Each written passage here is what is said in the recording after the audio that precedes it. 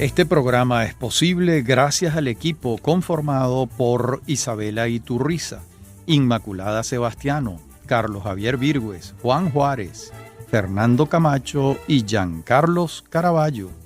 También puedes seguir la transmisión en vivo en mundour.com. Debes buscar la pestaña de Radio en Vivo, bajar y darle clic en Unión Radio 90.3. Recuerda que nos puedes seguir en @mundourweb y @radioescuelaur.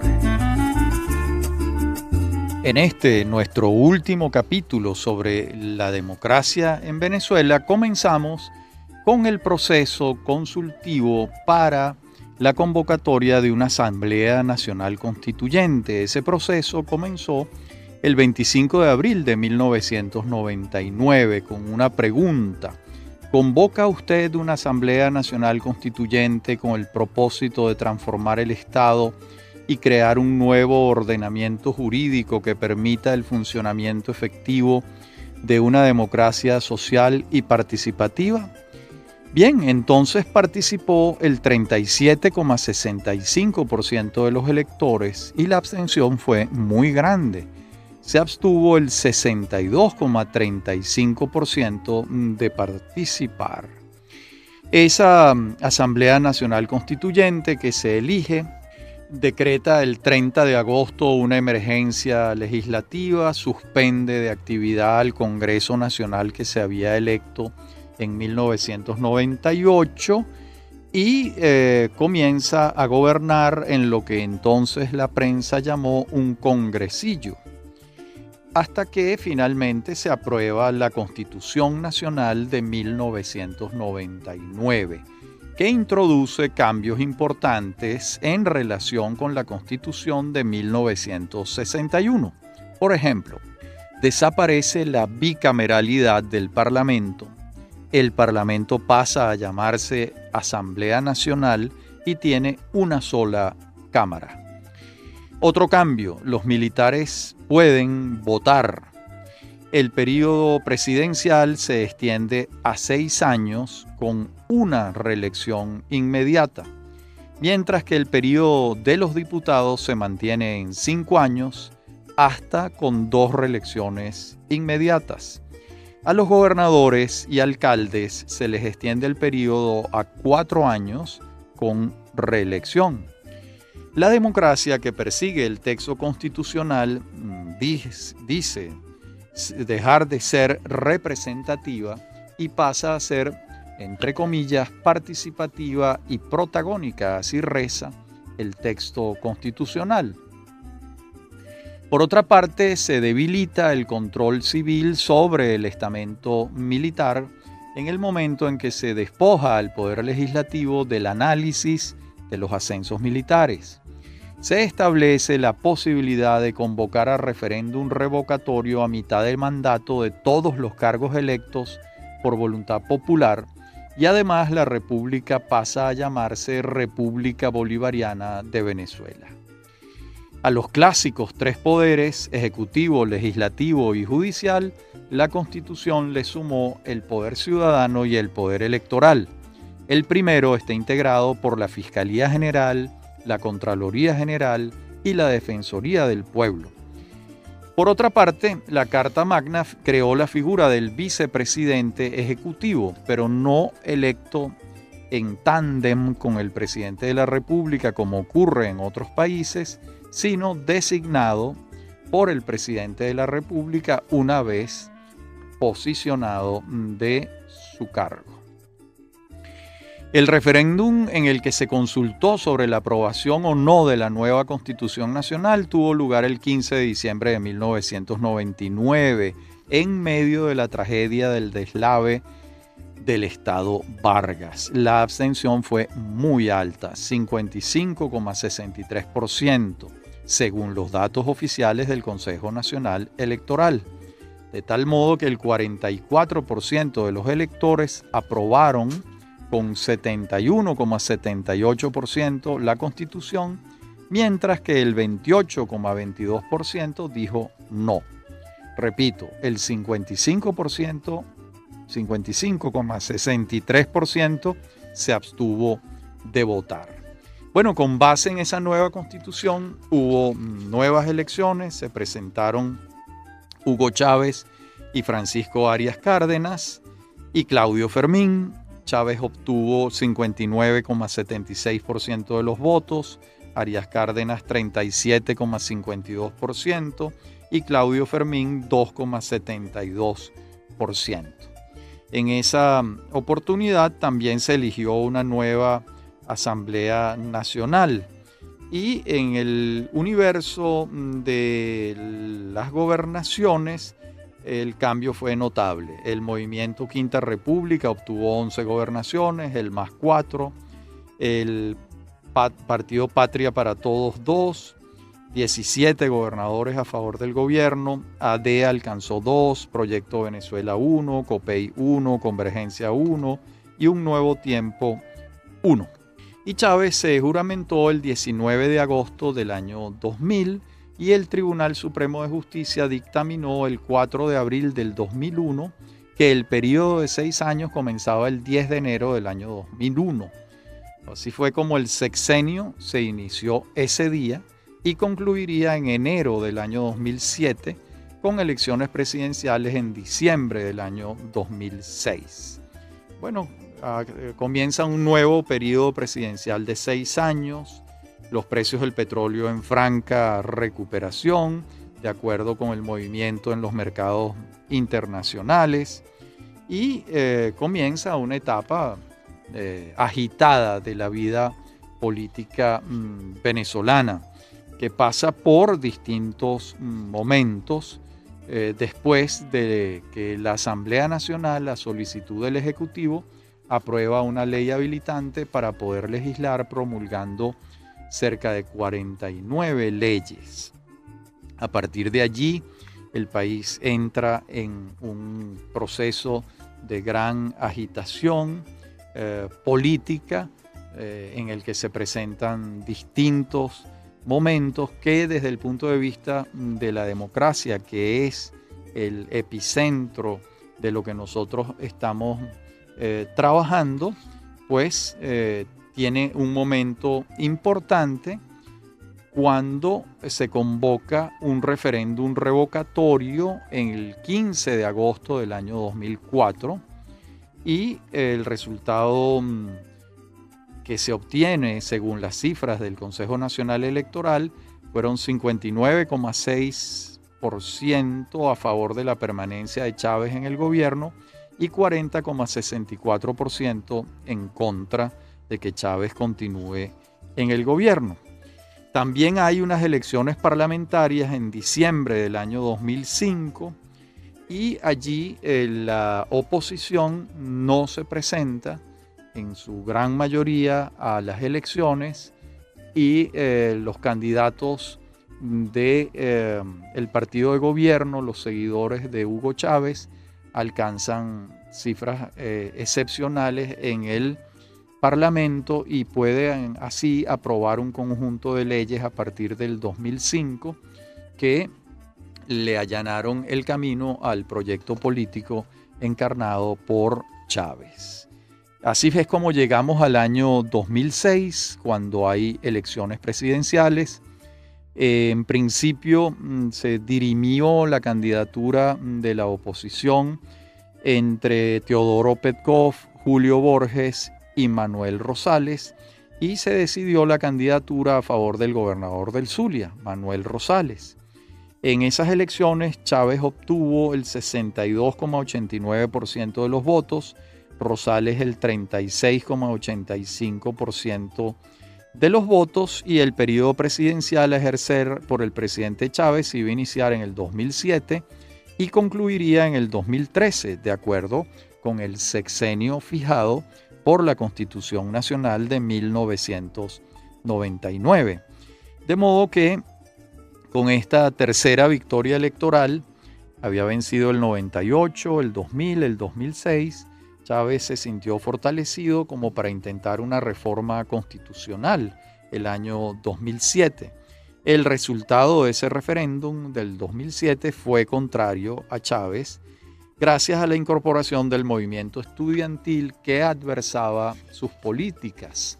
Esa victoria de la oposición, cuando los precios del petróleo estaban en su punto más alto, que fueron los precios del año 2007-2008, fue un golpe que acicateó a Chávez para intentar otro referéndum consultivo ceñido exclusivamente al tema de la reelección indefinida en el año 2009 y alcanzó ese cometido.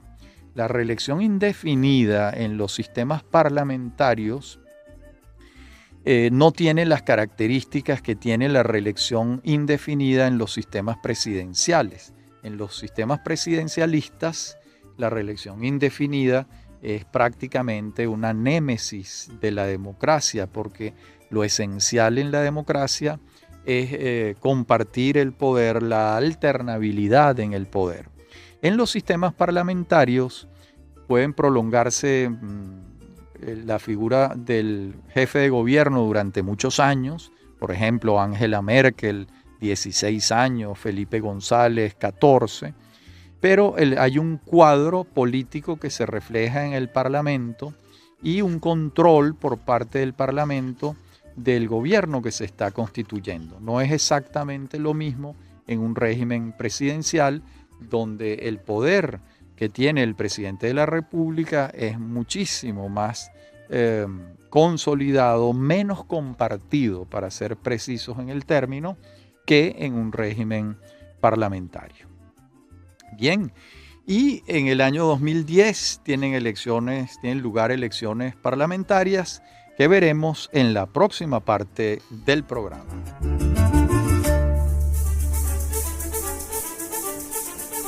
En breve continúa Venezolanos. Somos Unión Radio Cultural.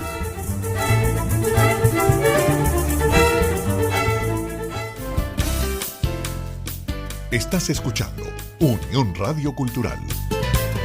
Este y otros programas de Venezolanos los puedes oír en formato podcast a través de Anchor.fm. Para alguna sugerencia sobre este espacio, pueden escribirnos al correo rafaelarraiz@hotmail.com y en Twitter @rafaelarraiz. Somos Unión Radio Cultural.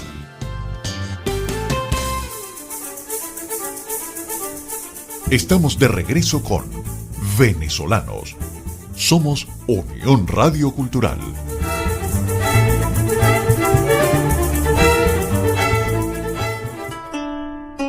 Les decía que en el año 2010 tienen lugar elecciones parlamentarias, la oposición se presenta, alcanzan 67 escaños contra 98 de quienes respaldaban al gobierno. Y en junio del 2011, Chávez es operado en Cuba de un tumor canceroso de pronóstico reservado. Se presenta a elecciones el 7 de octubre del año 2012 con la salud seriamente deteriorada y las gana con un margen menor al del año 2006.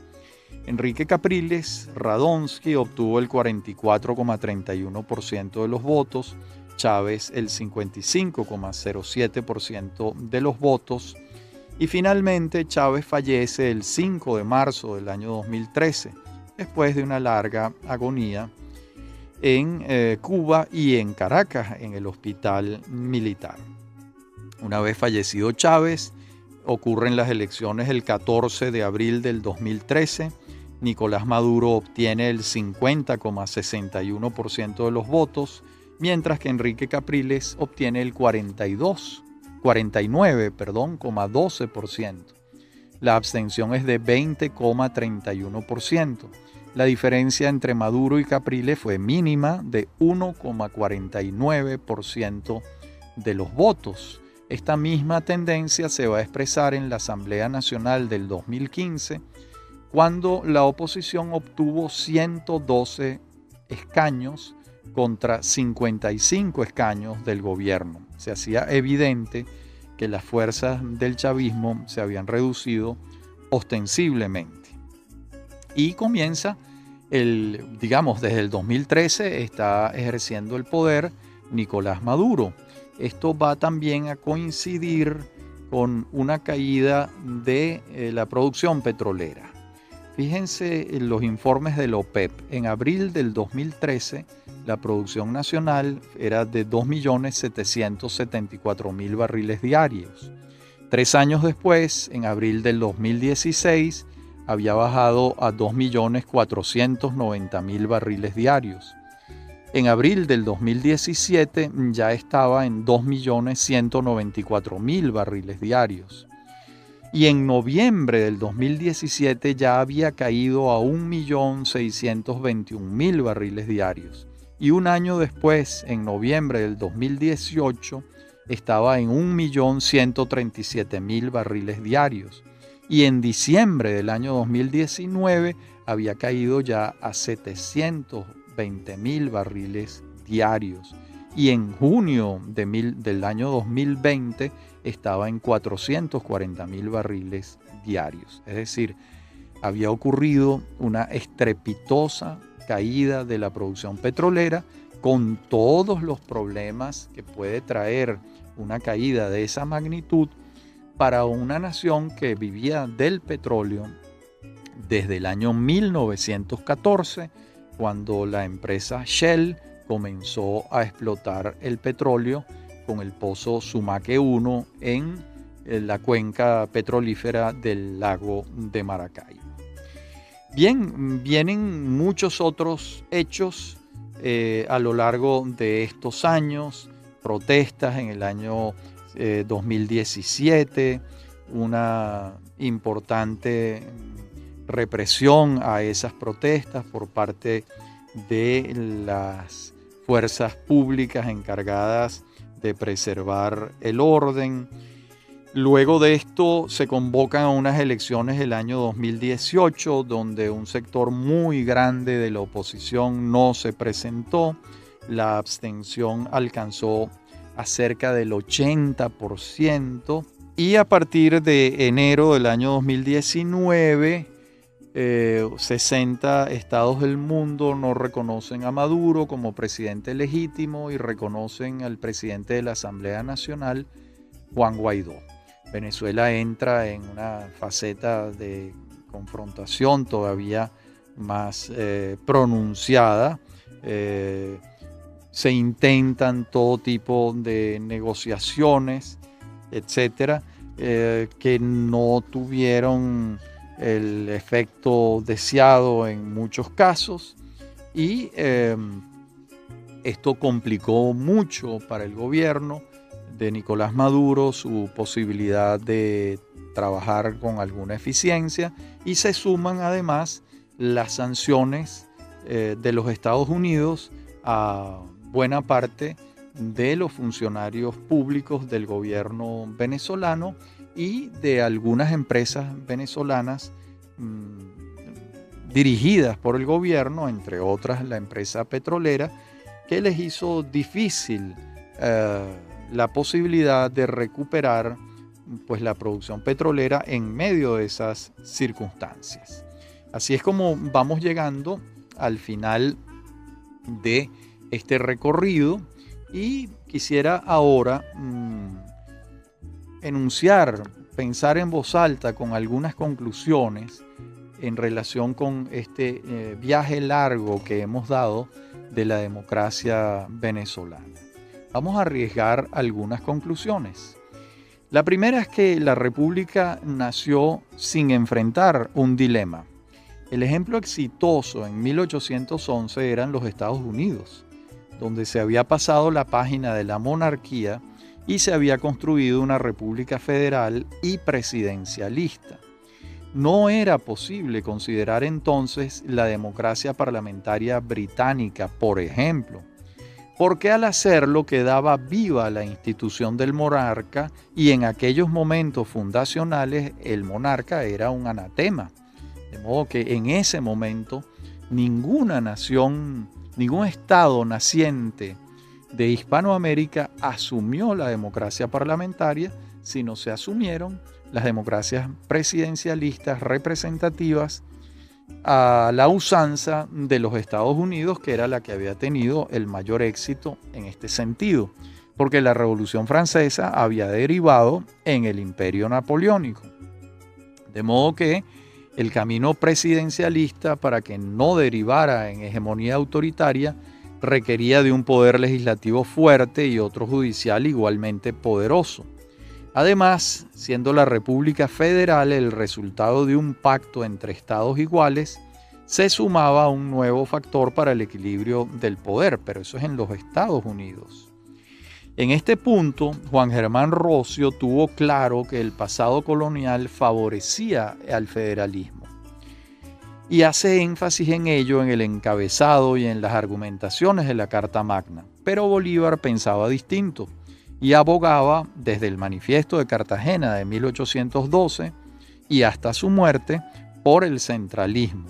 Son varios los párrafos donde Bolívar argumenta en contra del federalismo como esquema propicio para los nuevos estados que estaban sustituyendo a los virreinatos, a las capitanías generales y a las reales audiencias del Imperio Español en América.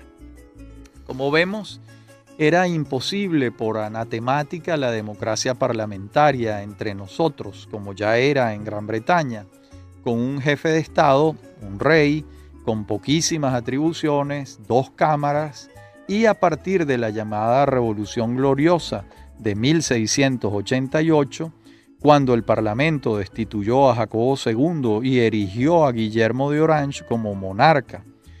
De tal modo que, siendo esto imposible para nosotros, el camino estaba allanado para la democracia presidencialista que contaba con el equilibrio federal, pero a partir de 1819 y la Constitución de Angostura, Bolívar borró del mapa el esquema federal. En suma, el camino para nosotros comenzó siendo federal, pero esto no tuvo vigencia más allá de unos meses, viniéndose abajo por la derrota militar que Domingo de Monteverde le propinó a las fuerzas patrióticas en julio de 1812. A partir de entonces se convierte en el leitmotiv de Bolívar la necesidad de un mando central para enfrentar el desafío de la guerra. Y así fue como le dijimos adiós al federalismo. Curiosamente, cuando Bolívar redacta la Constitución de Bolivia en 1826, abraza una fórmula pseudo-británica, ya que propone una presidencia vitalicia y hereditaria con un parlamento fuerte, sin un esquema federal. La gran mayoría de los problemas que va a enfrentar Bolívar en Bogotá, por no decir todos, provinieron de su idea de adoptar esta fórmula constitucional en Colombia, república de la que nosotros formábamos parte como un departamento. No le pasó por la cabeza a Bolívar, al menos no contamos con testimonios de ello, la estructura federal para la República de Colombia. Quizás le hubiera funcionado mejor que el centralismo adoptado, que a todas luces fue fuente de tensiones que terminaron por ser insuperables. En suma, la República de Venezuela nació federal, tejida por las manos jurídicas de un arquitecto constitucional, Rossio, pero muy pronto el centralismo se asumió como el norte constitucional para el trance de la guerra. Y cuando se pudo volver al federalismo, a partir de las victorias de 1821 y 1824, Bolívar no solo no lo contempló, sino que siguió negándolo como esquema propicio para nosotros. A pesar de que hacía grandes elogios del federalismo norteamericano, pero no lo consideraba posible para los colombianos, república de la que nosotros formábamos parte. En la próxima parte del programa seguiremos revisando estos temas concluyentes sobre esta larga historia que hemos recorrido. Es un hecho evidente que la creación de la República el 5 de julio de 1811 es protagonizado por civiles, particularmente abogados y clérigos, pero quienes consolidan la República son los hombres de armas, con Bolívar a la cabeza entre 1819 y 1830. y luego con José Antonio Páez y su singular papel en la historia de Venezuela. Recordemos que Bolívar fallece y arrastra consigo el mayor descrédito porque el proyecto integracionista colombiano ha fracasado y cuando Venezuela se separa de Colombia, el hombre fuerte es Páez, pero su liderazgo no es unánime. José Tadeo Monagas, Santiago Mariño le discuten el mando, el liderazgo, y ellos mismos le van a dar un golpe de Estado al presidente electo y en ejercicio, José María Vargas, en 1835. ¿Quién restituye a Vargas en el poder? Páez. Pero Páez tampoco admite lo que Vargas solicitaba, y es que se sancionara a los golpistas Monagas y Mariño. Y Vargas finalmente renuncia de manera irrevocable. Ese fue un antecedente pésimo para la República de Venezuela porque era una señal muy clara de que los caudillos militares estaban en el ejercicio del gobierno. Y el caudillismo no es solo un problema en sí mismo, sino un síntoma de que el Estado no cumple a plenitud con sus funciones y que no alcanza la necesaria estabilidad para lo más importante, que es el desarrollo económico. Cuando tuvo desarrollo económico, el crecimiento, cuando tuvo estabilidad política, el desarrollo económico fue considerable y sostenido, como lo demuestran las cuentas del profesor Adrúbal Batista, publicadas en el año 2011. Por ejemplo, la actividad agrícola expresada en millones de bolívares en 1834 fue de 24,8 millones. En 1840, apenas 6 años después, era de 52 millones. Y en 1845 ya era de 69 millones. De modo que la producción agrícola creció cuando hubo estabilidad política y unas políticas económicas liberales coordinadas por Santos Michelena que dieron resultados extraordinarios. Esa dinámica caudillista va a terminar cuando el ejército que presidía el general Juan Vicente Gómez derrota al último caudillo regional, Nicolás Rolando, en Ciudad Bolívar en 1903. Gobernaba entonces Cipriano Castro. A partir de entonces, el prestigio del ejército venezolano se consolida como el epicentro de la vida nacional, y esto, junto con la aparición del petróleo en gran escala en 1914, trajo la entronización de la hegemonía militar tachirense. De modo que cambiamos a los caudillos regionales con su naturaleza múltiple, divisoria, diversa, por la unidad militar del ejército. Para la democracia, estas no fueron buenas noticias. Fueron buenas noticias en cuanto a la desaparición del caudillismo como fenómeno, pero no para la democracia. Y llegamos así a los sucesos estudiantiles de 1928, cuando asoman la cabeza los líderes estudiantiles del futuro, los líderes políticos del futuro, Rómulo Betancourt, Raúl Leoni, los redactores del Plan de Barranquilla, que llegan al poder por la vía de las armas en 1945, y empieza a instituirse la democracia representativa. En las elecciones de 1947 se eligió por primera vez al presidente de la República de manera universal, ya que nunca antes las mujeres habían votado en Venezuela. Rómulo Gallegos será el primer presidente electo de manera universal, directa y secreta. Los tres elementos, directa y secreta, sí había ocurrido antes, pero nunca habían votado las mujeres para una elección presidencial. Bueno, sabemos lo que ocurrió con el gobierno de Gallegos. Fue derrocado por un nuevo golpe militar que desarrolla una década militar entre 1948 y 1958, hasta que Pérez Jiménez deja el poder en medio de una crisis política. Se firma el Pacto de Punto Fijo en 1958 y comienza un periodo de la democracia liberal representativa bastante prolongado. Esos son los gobiernos de Rómulo Betancourt entre el 59 y el 64, el de Leoni entre el 64 y el 69. Ambos gobiernos tuvieron que enfrentar dos fuerzas que atentaban contra la democracia.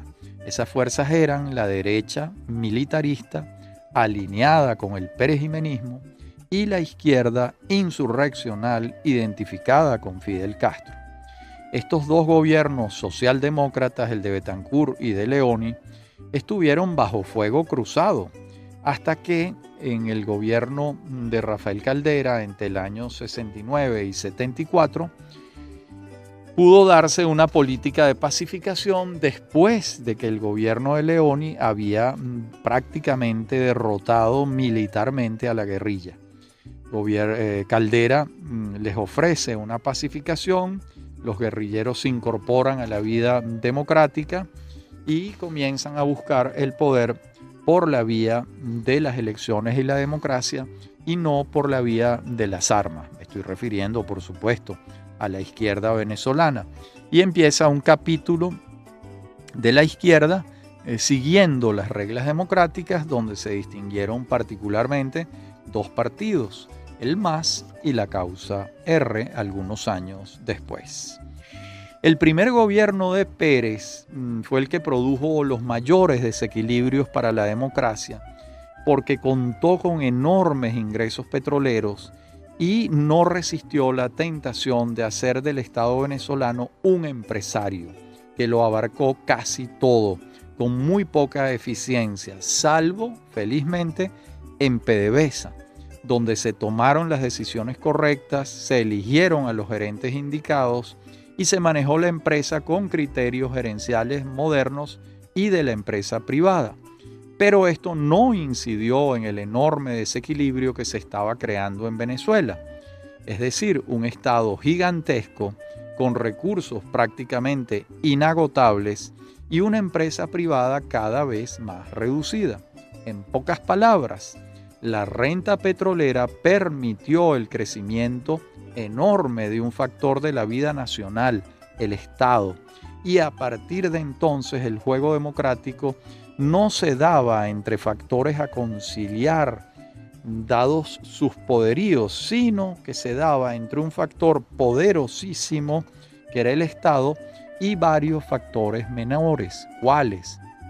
La empresa privada, los bancos, los medios de comunicación. Esta ecuación se profundizó durante los gobiernos de Luis Herrera Campins, 1979-1984, y Jaime Lucinchi, 1984-1989. A pesar de que tuvieron lugar una llamada de atención para el sistema rentista, me refiero a la crisis del Viernes Negro de 1983, cuando hizo aguas la economía, y una voluntad de reforma que no cristalizó completamente, la COPRE, la Comisión para la Reforma del Estado, que hacía evidente la conciencia de que el macroestado era inviable. Así fue como llegamos a 1989 con las reservas internacionales en el subsuelo y un nuevo gobierno de Carlos Andrés Pérez, donde había que deshacer todo lo hecho en el primero, siempre dentro de las coordenadas geopolíticas de aquel momento. ¿Cuáles eran? La Unión Soviética estaba en plena transformación gorbachoviana con la glasnost y la perestroika. Se estaba tejiendo el consenso de Washington. En noviembre de 1989 cae el muro de Berlín y el socialismo real termina de desmoronarse y con él las economías protegidas. En América Latina se deshace la ICI, industrialización por sustitución de importaciones, un plan de desarrollo económico vigente desde 1946-1950 y hasta su desmontaje con el fin de la Guerra Fría, precisamente en 1989. La desaparición de la ICI supuso la apertura de los mercados, el fin de los subsidios a las industrias nacionales, el fin de las barreras arancelarias y la consagración del comercio internacional sin protección ni subsidios. El viejo sueño liberal se estaba haciendo realidad y estaba siendo implementado al unísono por Carlos Salinas de Gortari en México, César Gaviria en Colombia, Carlos Saúl Menem en la Argentina y Carlos Andrés Pérez en Venezuela. En Chile ya el camino lo había iniciado con éxito económico la dictadura de Augusto Pinochet. Dije éxito económico y las mayores violaciones de los derechos humanos y muy poco éxito político.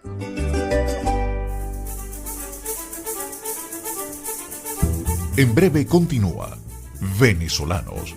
Somos Unión Radio Cultural.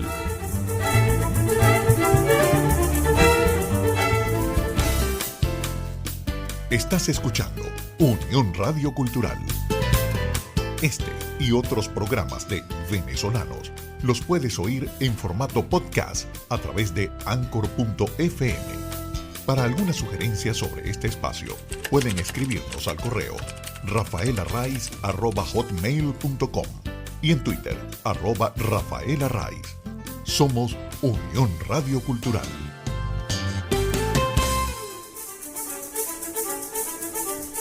Estamos de regreso con Venezolanos. Somos Unión Radio Cultural.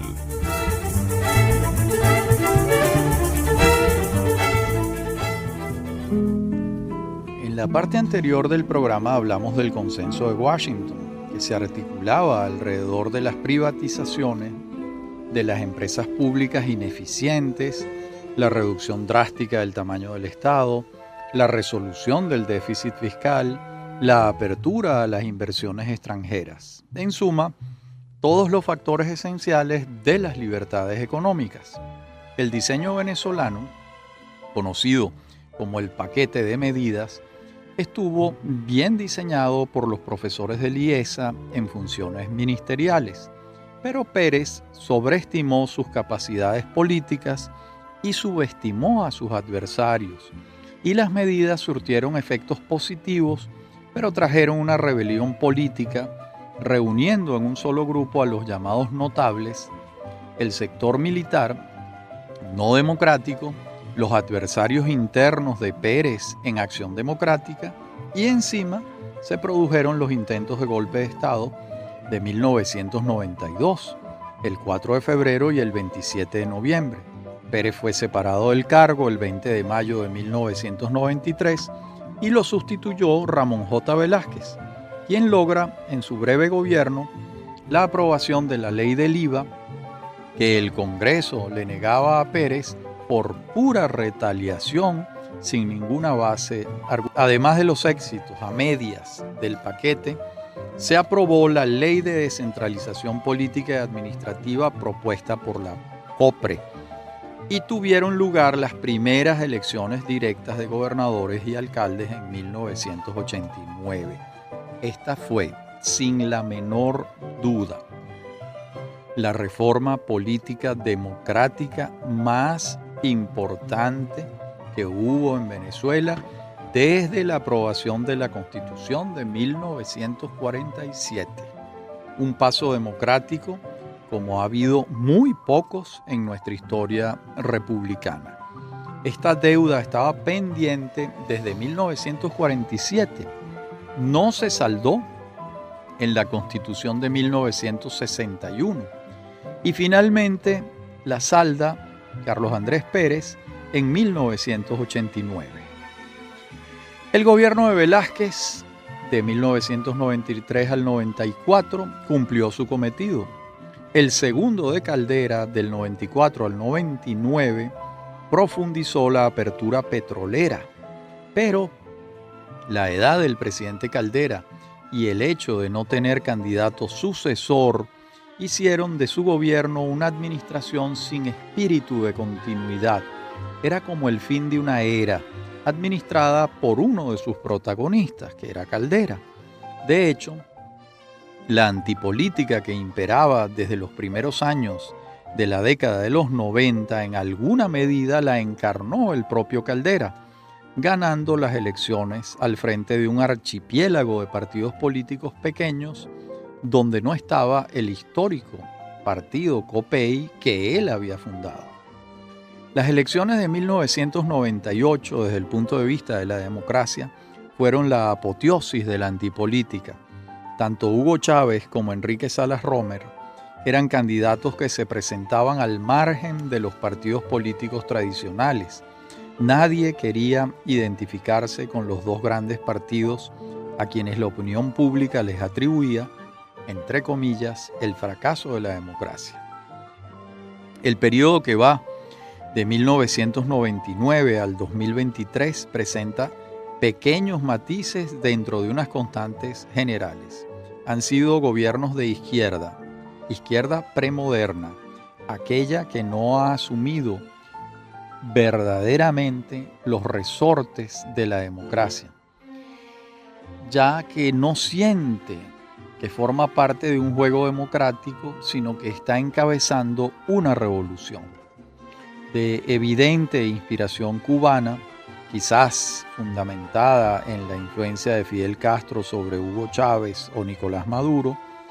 Busca una hegemonía asistida por un espíritu, valga la redundancia, que busca la hegemonía, copar todos los espacios. De modo que la democracia liberal representativa se ve bastante acorralada, con problemas para desenvolverse plenamente.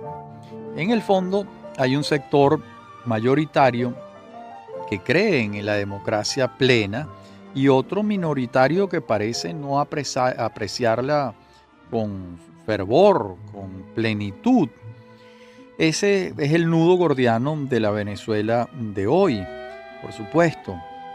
Antes, en otra parte del programa, hablé de la caída de la producción petrolera, lo que lleva a que la nación venezolana se haya empobrecido a niveles inimaginables, con una industria petrolera postrada, por decir lo menos, y con un sector privado muy golpeado durante muchos años de animadversión, de dificultades, de controles, de voracidad fiscal, de no entendimiento del papel de la empresa privada en una sociedad abierta, como aquellas sociedades de las que hablaba el gran filósofo Karl Popper.